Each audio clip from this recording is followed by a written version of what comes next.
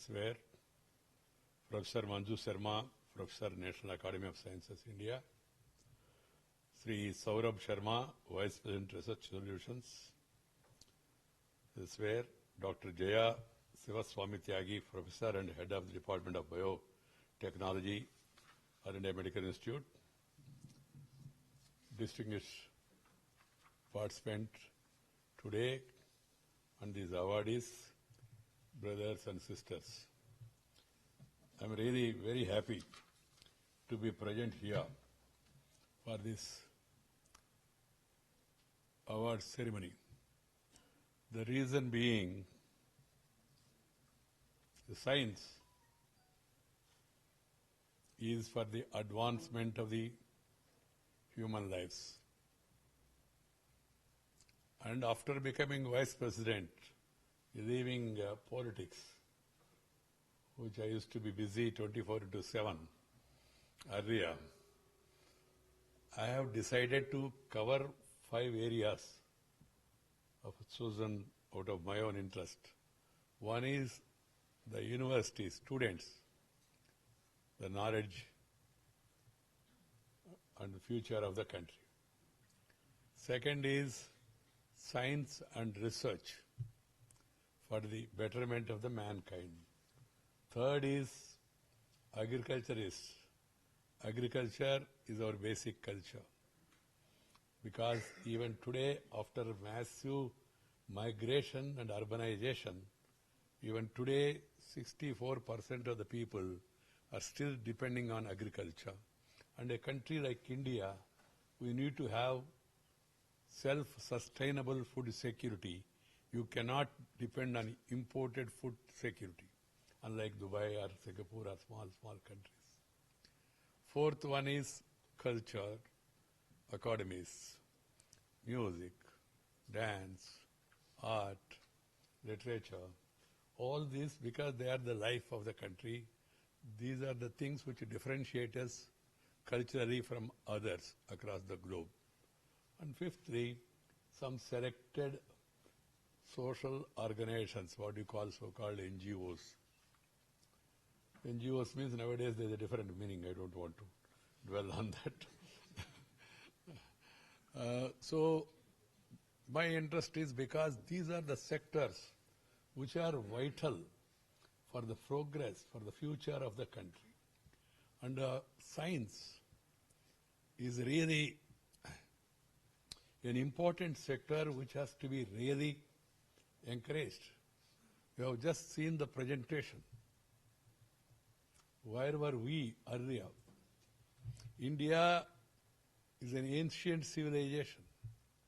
Once upon a time was known as Visva Guru, World Knowledge Hub. Students from different parts of the globe used to come to Nalanda, to Takshashila, to Pushpagiri, to other places to read. This is not what we Indians are saying. Even famous historians of China of 6th, 7th century, Xuanzang, Pahian, they all wrote about India's knowledge. So we have such a heritage, such a knowledge. But unfortunately, because in between we are affected by the colonial rule, we lost our conscience and we lost our focus. And then, now again after independence, right from Pandit Jawaharlal Nehru, the first Prime Minister, to the present Prime Minister, they are all giving importance to science. And it needs to be given further importance also to encourage. So keeping that in mind, and today an organization along with our National Academy of Science India, this Elsevier coming together to organize these coveted awards, I felt happy, and I thought though it's a small function, I thought I should definitely attend it. People say small is beautiful, but small is dutiful also. Doing their duty, that is what is required for the country. This is a duty towards the country, science and research for the betterment of the human beings. So really, my dear friends, it's an absolute pleasure to be invited here today to celebrate the achievements of our young scientists And I would like to compliment these two organizations and also would like to congratulate these awardees today. Today we are the fastest growing and third largest world economy in terms of PPP, with forecasts of becoming second by 2050. Some people say we may surpass even the United States of America. Not only that, we are also youngest nation in the world. About 65% of the Indian population is below 35 years. We have a great demographic dividend. At a time when the world becomes a global village and the boundaries of different disciplines have blurred, the role of science and scientists assumes far greater importance than ever before. And we are also living in the modern day world where it is LPG, liberalization, privatization, globalization. We should take advantage of the same and then try to march forward. With the IT revolution encompassing all domains and creating seamless synergies across sectors, the potential to leapfrog in development parameter is huge for India. This is the most opportune time for India to leverage the talents and skills of the young and educated manpower. Science is the cornerstone for the progress of mankind. Scientific inventions have revolutionized the world and shaped every aspect of the modern life. In fact, India had strong scientific traditions from ancient times, and some of the well-known scientific contributions include zero. The decimal system, Kanad spoke of Anu as an indestructible particle long before John Dalton's atomic theory. Susruta Samhita spoke of surgery those days, while Charak described hundreds of diseases, their causes and treatment methods at that time itself. The urban settlements of Mohenjo-daro and Harappa, the production of highest quality of steel and extraction of sugar are other examples when India was more advanced than the rest of the world. For some time, I was a minister for urban development, housing and poverty alleviation. I studied deeply the civilizational march forward. And to my surprise and to pleasantness, I found in Mohenjo-daro and Harappa, there was a drainage system at the time, underground. And now we are struggling. We don't have drainage in many cities. That's the biggest challenge before us. So we should pick up from there. India also gave Ayurveda and yoga to the world. Yoga is an ancient art of India. Yoga has nothing to do with religion. Some people unnecessarily try to give a religious color and make it little controversial. And some people are confused. Those larger sections they are all following and the entire world. Recently I have been to Latin American countries. To my surprise, in Guatemala, in Panama and Peru, I found a lot of yoga centers, training centers. Recently I was there in some of the European countries also. Even in Romania, the president told me proudly that they conducted yoga in their parliament occasion. So that's how yoga is catching up. It's an ancient art of India. As I told you, one of the boys asked me, sir, yoga, you have to do Surya Namaskara. I said, what is your problem? Surya Namaskara. I said, if you have problem with Surya, then do Chandra Namaskara. No problem, I told him, in a lighter way, so that he understands better. These are all silly and meaningless controversies some people try to raise in this country, and some out of political consideration also to criticize somebody. In the modern times too, Indian scientists made significant contribution in different fields.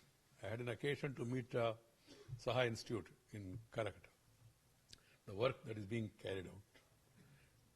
We owe a lot to the Indians who taught us how to count, without which no worthwhile scientific discovery could have been made. Owe it to the great scientist Albert Einstein. Dear sisters and brothers, even 71 years of independence, we are facing numerous challenges. A section of the population is still living in poverty. With all the advancement, still 20% of the people are living below poverty line. 21% are illiterates. With all this march forward, even today. And then in certain areas you still have the gender discrimination and also social discrimination. These are the challenges before the nation. If you want to really become a developed country, what is meant by development? Unless development reaches all sections, unless the growth is inclusive, unless you take care, that's why Mahatma Gandhi, Pandit Deendayal Upadhyaya, they all said, take care of the last man, जो अंतिम पंक्ति में बैठे, उनका उत्थान पहले होना चाहिए. The last man in the line, not here, in the society, in the society, in the society. Because uplifting the poorest of the poor, taking care of the suppressed, oppressed and depressed people, that should be the priority to showcase and also to feel really that you are a developed country. Unless the fruits of development reach each and every section of the society, you cannot call it a real development. That's why the Prime Minister's Jana Dhana, then now direct benefit transfer, then JAM, lot of new ideas are coming. See, new ideas, innovations, incubation, these are now the buzzwords. That is what is required, because after so much progress, small ideas can change the system. I will share it with you a small thing, though it's not directly connected with the science. One day, Prime Minister asked my colleague, unfortunately, Anant Kumar, who is no more, recently expired, why this urea shortage? Is there a production problem? He said no. Then I remember urea shortage right from 78 onwards. I was a member of Legislative Assembly. I remember that number of times I protested, walked out, talked out and walked out of the house also. Assembly those days. There were sometimes firings in Gadag, I think in Karnataka once. Because of urea shortage, farmers are agitated. And Prime Minister said, we must find out a solution. In the next meeting, Prime Minister himself came out and then he said, let us try. Let us apply neem coat to the urea. I would not understand. I don't have scientific background or even knowledge about this. So I was surprised by neem coat karne se kya hoga. But I must tell you, friends, for the last 2.5 years, there is no shortage of urea. Because urea is heavily subsidized in India. And this subsidy is not given to farmer directly because there is no system. Urea is given to producer, the factory. So factories, they give the number of bags that are produced and then claim subsidy. And the urea is not only used for farmers, this thing, it's used for other chemical purposes. So the urea, subsidized urea is going to chemical purposes, there is a shortage. So with this small idea of neem coating of the urea, the shortage has gone. We don't hear any shortage in the last 2.5 years.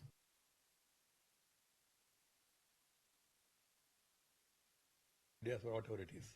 So scientific solutions definitely will help to improve the living condition of the people. In spite of a lot of various welfare and development actions initiated by various governments over the years, still we have challenges. These challenges can be met by governmental development agenda and also by scientific technological advancements. Over the last 10 years, we have seen significant improvement in human development indicators such as life expectancy, maternal mortality rate, and infant mortality rate. The Indian scientific fraternity has played a huge role in improving the social indicators as well as in advancing India's scientific prowess. Today, we are one of the topmost countries in IT, space, and atomic energy, and a force to reckon with within medicine and biology spheres. Earlier, our Indian patients, particularly politicians, we all used to go to United States, to other places for any surgery. Now it's otherwise. African people. I was there in Malawi, I remember. So I saw in the newspapers headline saying that a famous drama artist of that country is being flown to India for liver transplantation. I felt very happy. And I also personally know, because Hyderabad, Chennai, of course, Delhi, of course, these are all becoming health tourism hubs. If we look at the last 5 years data, we are world's 5th most research profile country in terms of number of research papers being published, and we are aiming to be at the number 3 within the next few years. While we have seen significant growth in research activities across India, our universities are still not able to feature in the top 100 due to a variety of reasons. Both the government and the people who are there in the academic sphere, they all should apply their minds seriously why this situation. The future scientists are created in classrooms, and there is every need to kindle interest in science among the school children by adopting innovative teaching methods. There is also a need to create the right ecosystem of universities and scientific institutions for research to thrive. The new India we are collectively dreaming of will be possible only if the children and youth of our country develop scientific attitude. I am glad that the Government of India has recently introduced Institute of Eminence program to grant more autonomy to certain identified institutions to provide a level playing field against their global peers.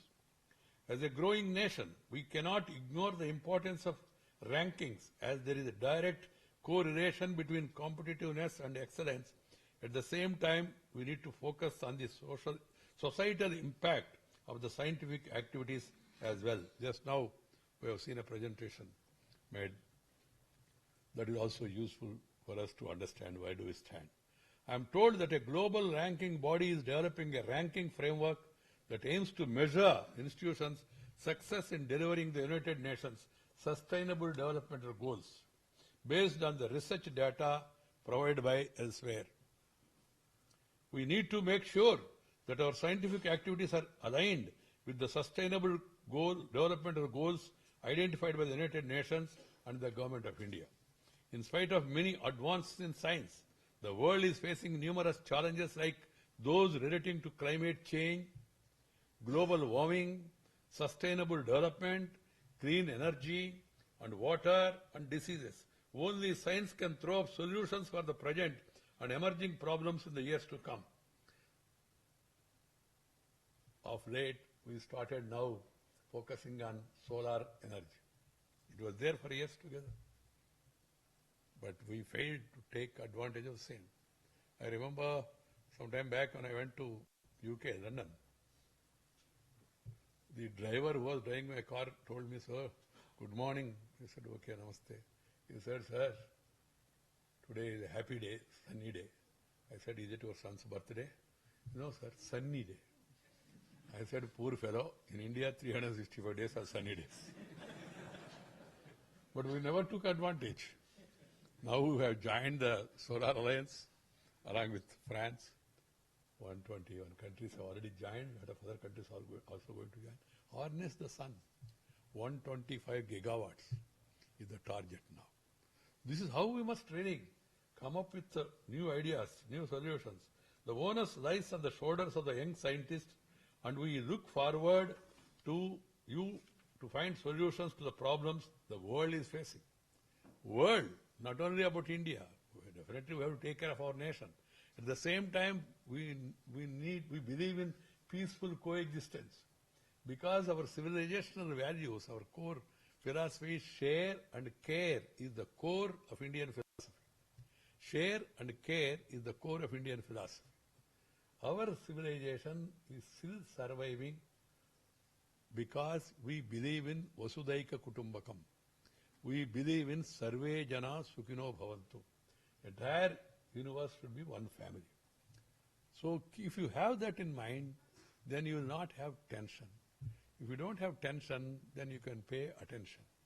If there is a tension, there is no attention. that has to be understood by one and all, and we must move towards that. And we have a history of following non-violence and fought against the mighty English people, and we could drive them out. I was there in Zimbabwe.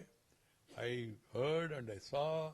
I attended their memorial also, where thousands of people have to lay down their lives from the Rhodesian regime to get freedom and all. But here, India, we could get independence through non-violent methods. The violence also is a powerful weapon. So we should really work towards a peaceful world order, and then equitable development so that everybody is happy. Disruptive technologies. We have just entered the era of fourth industrial revolution. Machine learning and Internet of Things are the buzzwords now. Disruptive technologies and innovations in artificial intelligence, robotics, Internet of Things, big data analytics, and digital manufacturing are going to change the way we are going to live. These areas need to be fully exploited.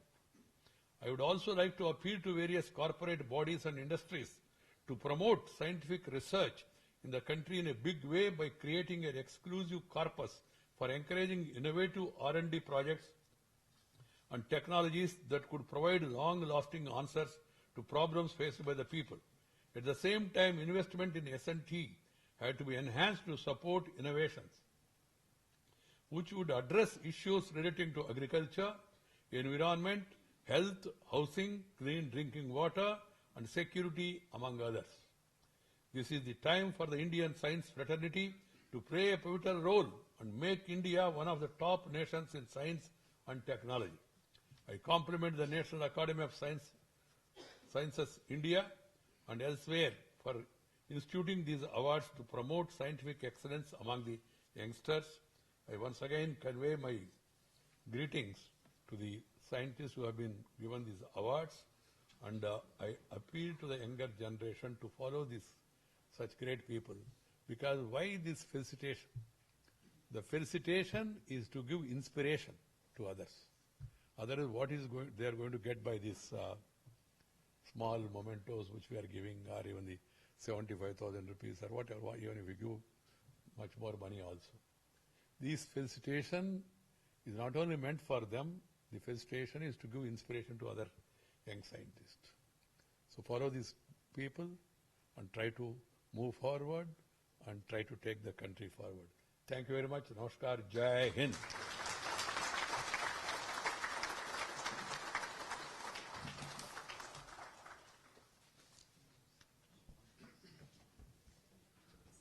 Thank you, Honorable Vice President, sir, for your inspiring